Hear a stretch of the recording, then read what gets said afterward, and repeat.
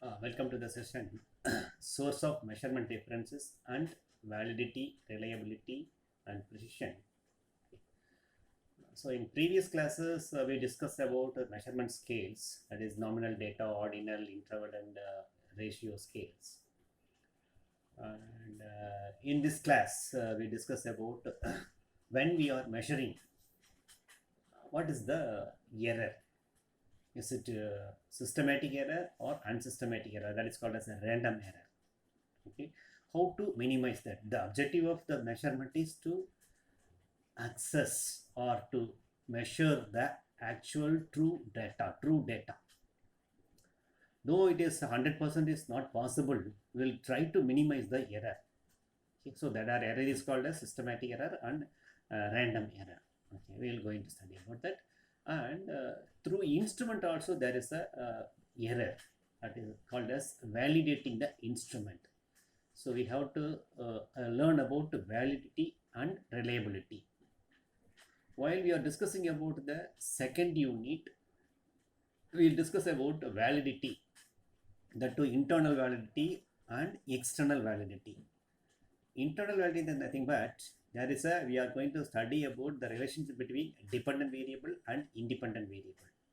Okay, so for one particular independent variable, there may be only one independent variable or more than one independent variable. Say for example, the success of the sports person depends on his practice.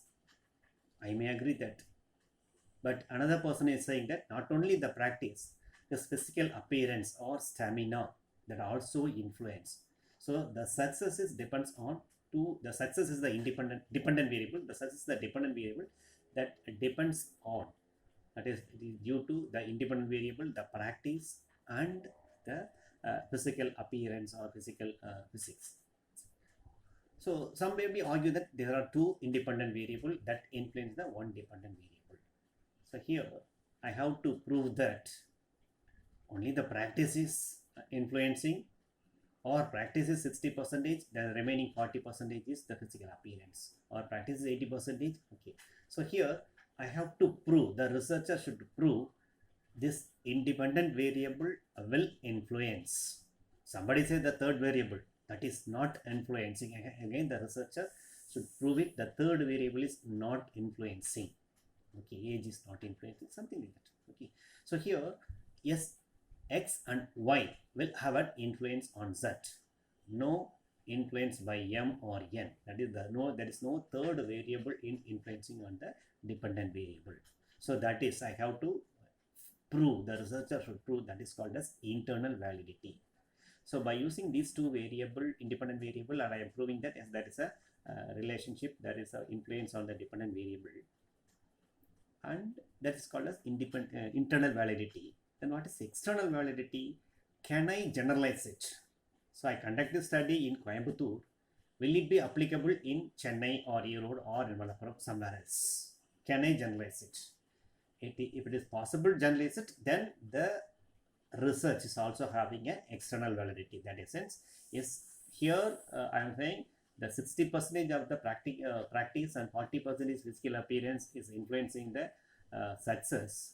Can I say in Chennai also? The Chennai maybe something differ is there, or with some other people that may differ, some other age group that may differ. So what we have to say here, I have conducted the study, it may vary with some other group or with some other variables. So there is a less external validity. Okay, so for any research there should be an internal validity and external validity.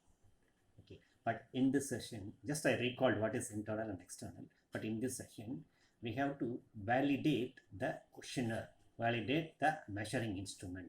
Okay. So further, we have to understand what is validity, what is reliability, and what is precision, something like that. So before going to that, we have to understand sources of measurement differences. Okay. So when we are measuring, yes, there is a difference is there.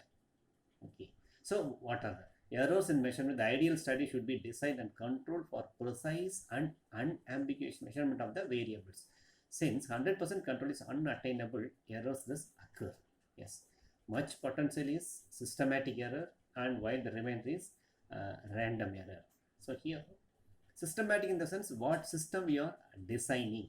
Okay, so while we are designing the system, the respondent, the situation, the researcher, the data collection instrument, this and all coming under the systematic error. Okay, so here just think about the researcher. The researcher may be well versed with the understanding the respondent behavior or consumer behavior or employee behavior. That is better than a person he doesn't have any knowledge about the research methodology or understanding the customer or the employee behavior. So here we have to validate or we have to appoint the right researcher. Thereby we can minimize the through the error through our system. Okay. Then the data collection instrument. Yes, the questionnaire what we are framing, just like that we are framing is that is n number of errors may occur. So again we have to check whether the instrument, the data collection instrument, that may be the questionnaire or whatever may be the form, schedule or survey method, whatever it is. While we are designing a system for data collection or measuring the variable, whether our system has free from bias or not, thereby we can reduce the systematic error. And respondent also, are we identifying the right respondent? Okay, suppose you are purchasing a machinery. Okay, while you are purchasing the machinery, you should not identify a person having a without knowledge, okay, about the machinery. A product is purchased, high-end, high-class product, high-end with so much of high price and so much features. For that, you should not identify a person with a low-income people. He is not at all aware about the product. Okay. So you have to identify the right respondent. Thereby, we can minimize the respondent. And the situation, even if you identify the right respondent and the situation, when the particular respondent or particular customer is free, only by that time you have to ask. If he is very in urgent mood or he is busy with some work, if you approach that time, he won't. Okay. So again we have to understand the situation also. Thereby we can minimize the systematic error results from the bias, and the remainder is a random error. While you are studying, it is not under our control, it is a random error. Then criteria for good measurement, that's broadly classified as validity, reliability, sensitivity and practicality. Again, validity, this classified as content validity, criterion validity, construct validity. The construct validity again classified into conversion validity and discriminant validity. Okay, and the reliability, test related reliability, internal consistency, equivalent for reliability. So here, before going to validity and reliability, we have to understand precision. How closely, how precisely we are measuring. Okay. So an ordinary scale, what you are using in the classroom. I think you are familiar with that. The 1 feet scale will measure having a 30 centimeters. Okay. It will measure very easily the centimeter, 1 centimeter, 2 centimeter, and beyond that you can also measure 1 centimeter instead of 1 centimeter, 10 mm or 11 mm, 12 mm, 15 mm. Beyond that you cannot measure 10.5 mm, 10.3 mm, that you cannot measure in our ordinary scale what we are using in the classroom. But in vernier caliper or screw gauge, you come across in the physics classes, you can measure even 1/10 of 1 mm or 1/100 of 1 mm. That is 1/10 of millimeter or 1/10 of 100 of millimeter also. So very precise, very closely we can measure.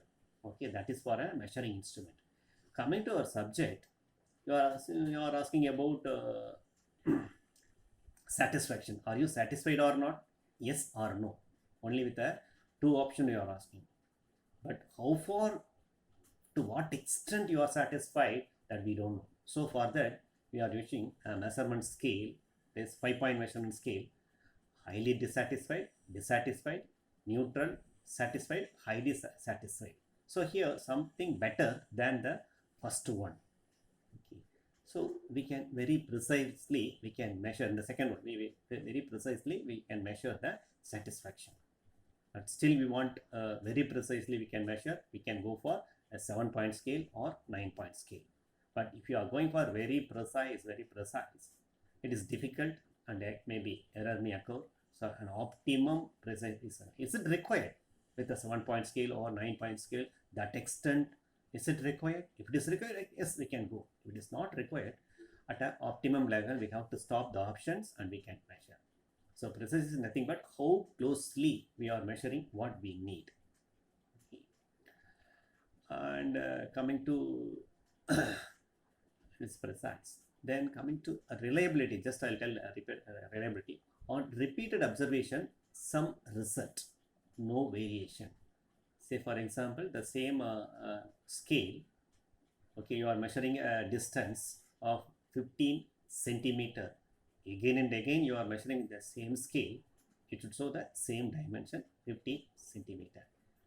Coming with the weighing machine, you are measuring a 5.5 kg of a particular object. Again and again you are measuring the same object with the same scale, weighing scale.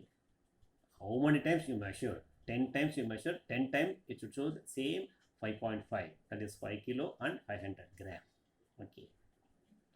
So it is reliable. On repeated observation, same result, no variation, then the instrument will have a reliability. So it is for a measuring instrument like a scale or weighing machine. To what about our questionnaire? Will it? How many times we ask, the consumer or the employee will tell the same result. Okay. So again, the last slide, it is easy to obtain high degree of reliability with less precision or less degree of reliability with high precision. If you go for high precision, then there is a reliability question mark. So if you have very less precision, okay, it is easy for a high degree of reliability, less precision. Okay, less degree of reliability with a high precision. Okay, it is oppositely it will be given. I think you are clear about what is precision, how closely, and what is reliability, what extent it will tell the same result, what extent provide the same result. Okay. Then we move to the validity. So again, the validity here, it is classified as content validity, criterion validity, construct, something like that. Okay, I'll come to the content. Okay. So here, what we are asking, maybe I am a researcher new in that field, or I don't have a knowledge of complete knowledge of the particular field. Okay, I may be a middle level manager. I'm going to conduct a response from the sales executives or the customer. Okay, whatever question posted, whatever my objective, I have to validate with at least with some seniors, at least with some senior persons. Okay. Again, is the same example. Are you satisfied? Yes or no. But express your satisfaction in a 5-point scale: highly satisfied, dissatisfied. So the second one is better than the first one. The first one, just yes or no. Okay. And can I ask the question, are you satisfied? The statement may be a differ. So that and all I can validate with some judges or experts or members of the population. Sometimes even the content is to be validated with the respondent. That's why members of the population. Maybe I may know about it, but their opinion or their perception may differ towards this question. Okay. So it should be validated before we are framing in the question whether the question is right or not, whether it is able to understand everybody or not. That is called as content validity. Then coming to criterion validity, here we classified into predictive validity and concurrent validity. This criterion validity is classified into predictive validity and concurrent validity. So here, ability of the variable to predict the key variables. Okay. Whatever questions we framed, whatever scale we constructed, will it able to predict what we are able to predict it. Okay, so that is I'll go to the next page. The next page is very elaborate. So the criterion related to the sources of the measures used for prediction or estimation. Earlier I told that the criterion validity is classified into predictive validity and concurrent validity. Say for example, first I'll go on predictive validity. An opinion questionnaire that correctly forecasts the outcome of the public election has the predictive validity. This type of structure, the question is relevant or not. So whatever question we are predict whether the particular candidate will win in the public election or not. So whether the question is sufficient to predict the future. I'm going to forecast the future demand for my product. Okay. So whatever questions I posted with an expert, okay, with the sales executives. Okay, what about the future sales? The salesman will say, yes sir. Then how do you say? That's my question. Then he will say, sir, based on the previous year experience, last year in this situation, okay, in this situation I sold so many units. I hope this year also I will. So I should be clear whether his answer will be relevant or not, whether his answer will coincide with my objective or not. Okay, so here predictive validity. And next is concurrent validity. That is concurrent validity is that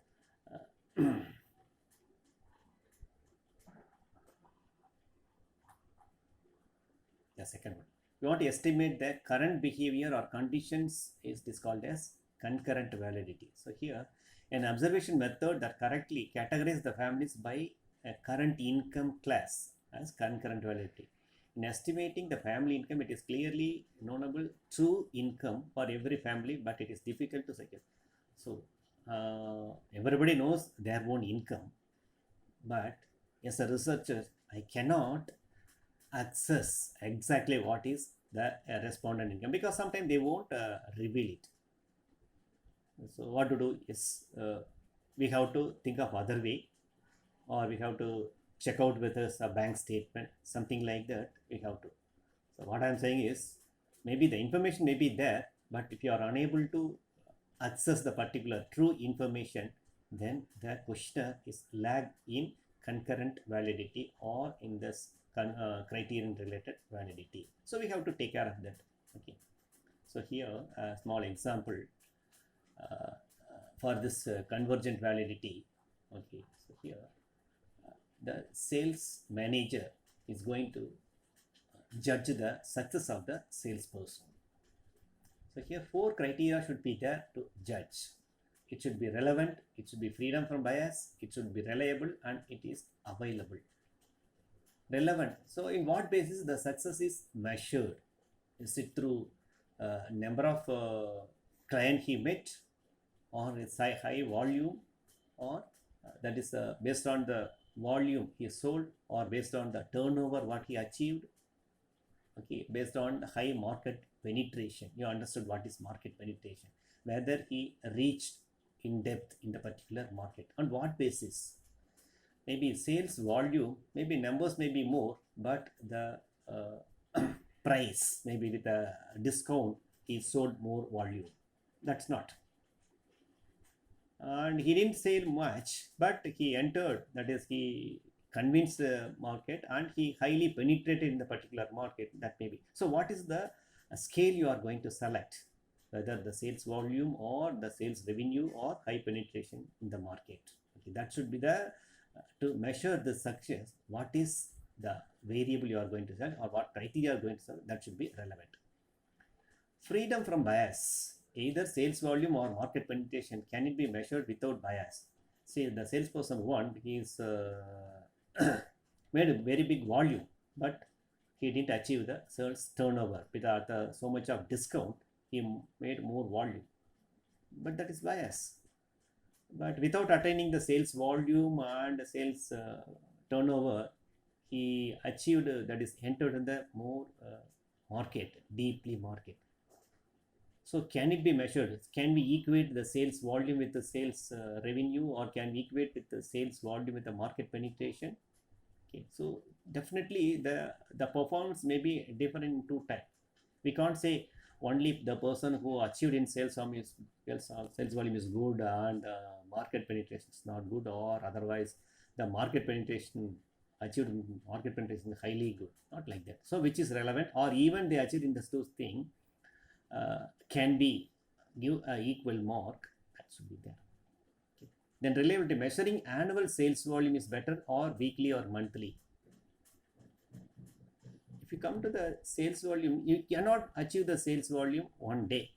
The salesperson to visit so many times, or maybe the sales may happen only in the weekend or month end or in the quarter end. Okay, so just measuring a one day sales volume or a weekend sales volume cannot be relevant. Okay, so measuring annual sales volume is better than the weekly or monthly or per day sales volume. So what we are going to measure that is, and the available, the determined criteria must be available.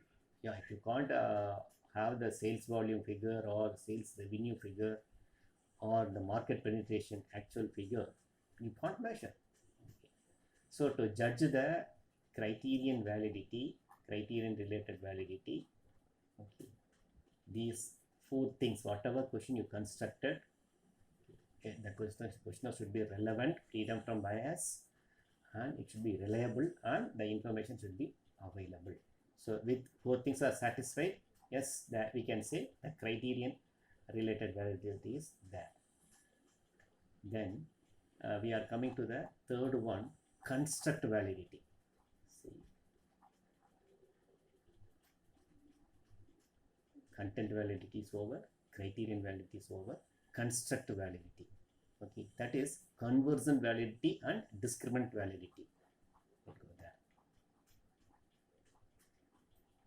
Conversion validity correlates or converges with other similar measures. More than our drawing a consensus meeting of minds, two or more measure converges, talk about the similar measures, that is convergent validity. And here two scales come up with the same result. Researcher developed an instrument to measure the satisfaction index with the new one conformed with the standardized one. Say for example, I am a new researcher. I am going to measure the labor satisfaction. I am a new researcher. I may be not having a much experience in the field. Just like that, I will develop some scales. Okay, I am intelligent, I am good, but anyhow, it should be verified with existing or standardized measures. Okay, without understanding the labor attitude, I should not ask unwanted questions, or the question should be relevant. Okay, that's what here. The researcher developed an instrument to measure the satisfaction index with the new one. So whatever you measure, it should be measured with the existing one or standardized one. So already the questionnaire is the consumer satisfaction or the labor satisfaction scales. Already it is developed and it is validated by the existing researcher. You can use that. For that, you no need to check this convergent validity. But anyhow, here the questions are: is it close? Is it closely coming to measure what we intended to measure? That is the construct. Under construct, what is our theme?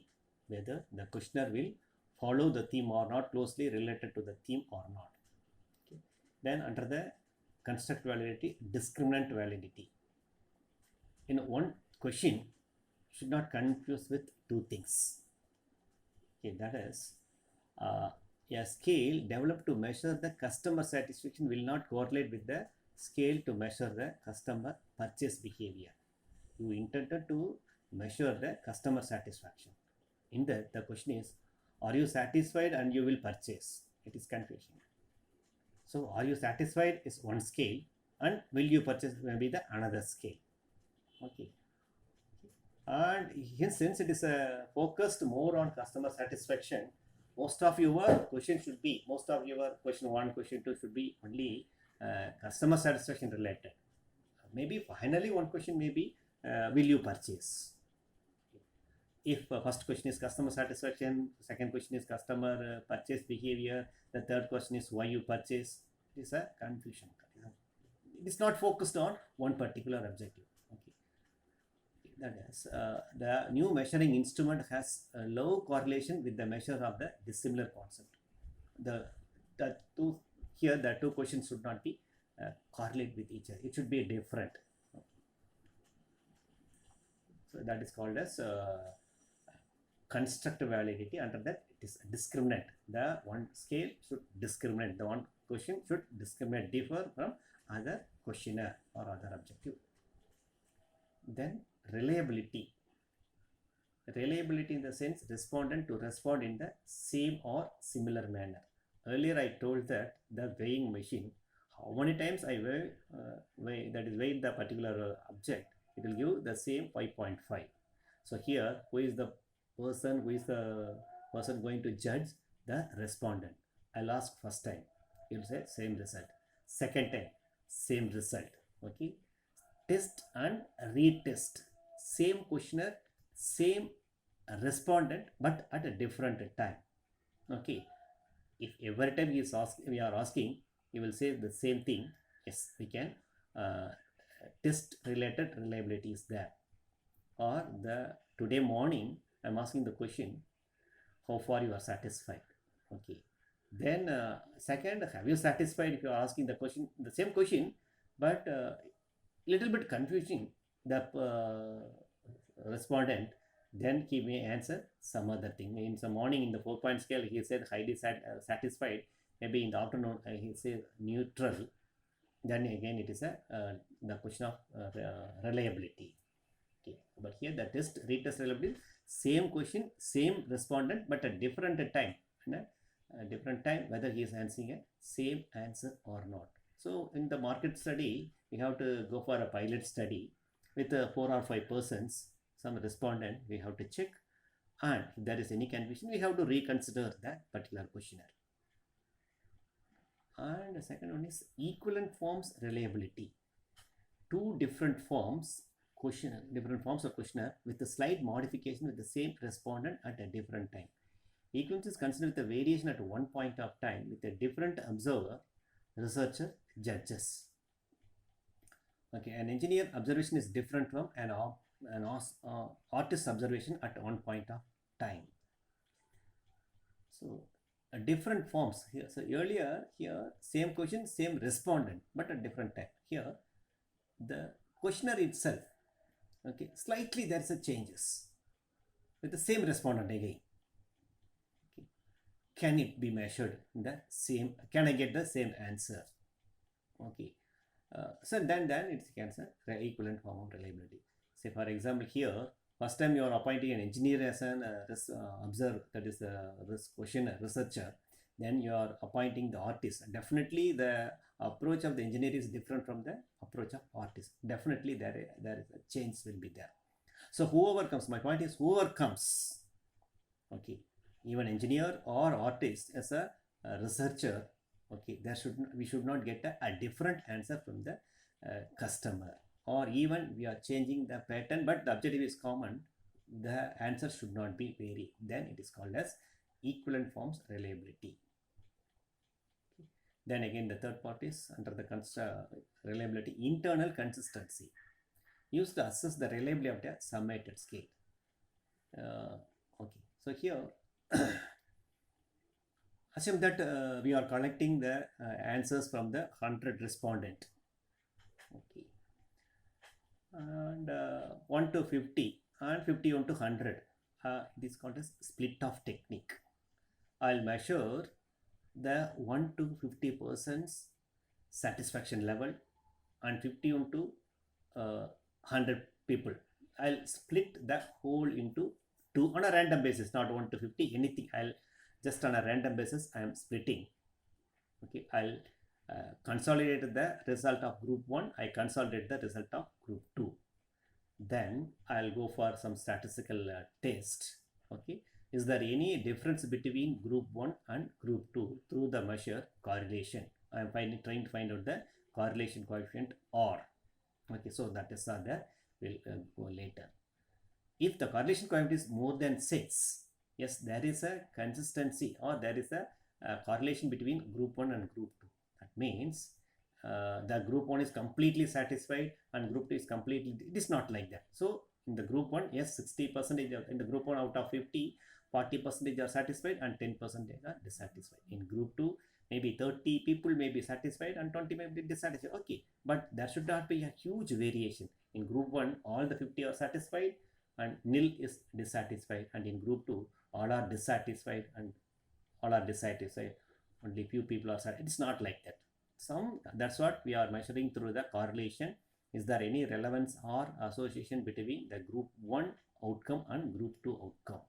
Okay, that is nothing but homogeneity among the items, it with the new instrument as well. Okay, so through this, internal consistency will be assured through split off technique. Total thing is to be classified into two groups, and the results of the two group is to be compared. Okay. And then we'll move to the practicality. So here, we discussed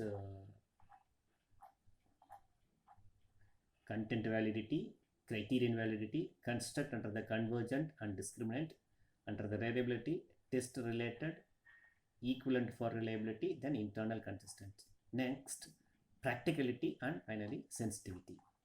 So practicality, I may a researcher interested in accessing all the respondent. What about the cost? What about the time? So practicality, some trade-off occurs between the ideal research project and the budget. Okay, the sponsors or the people, those who are asking to carry out the research, they can't fund you like anything. Okay, even an organization, they want to conduct a research, maybe some fund is allotted within the given fund, so in that fund, you as a researcher, you have to take the salary and your traveling allowances, and sometimes you want to meet the expert, that and all. So again, so what extent the fund is allocated? Okay, that is also another thing. Okay, if the fund is very less, we can't. Okay, if the fund is high, what about the time? So everything we have to take care of the while we are administering the question. Okay. Then convenience, a question with a set of details, but the clear instructions with the examples is easier to complete correctly. To what extent it is comfortable for the researcher and the respondent. Then interpretability, when person other than the designer must interpret the result. In such a case, the designer of the data collection instrument provides several key points to make the interpretation easier. Detailed instruction, scoring keys, and some other instructions. So here, yes, you are a designer of the questionnaire, you may design like anything. While the collecting the answers from the respondent, the people or the administrator or while the interviewer may interpret in another way, or the respondent may raise the question. By that time, there should be some instruction. Okay. Well, it should be easily understandable for every person. Okay. So the practicality is derivative economy, convenience, and interpretability. Then sensitivity. The ability of the measuring instrument to measure the meaningful differences in the response obtained from the study. Okay, whatever it is measured, there should be some difference. Okay. Earlier we discussed in a scale, there should be some difference. Okay. So are you satisfied? Satisfied, neutral, dissatisfied. This is one set of question. The second set of question, highly satisfied, satisfied, neutral, dissatisfied, highly dissatisfied. Second one is little more options. Okay, so we can have some difference between, or we can maintain some distance when we are measuring the satisfaction. Clearly we can classify it. So the second one is better. understanding validity and reliability. So here in y-axis reliability, in x-axis validity. Okay. Let me take the validity is low.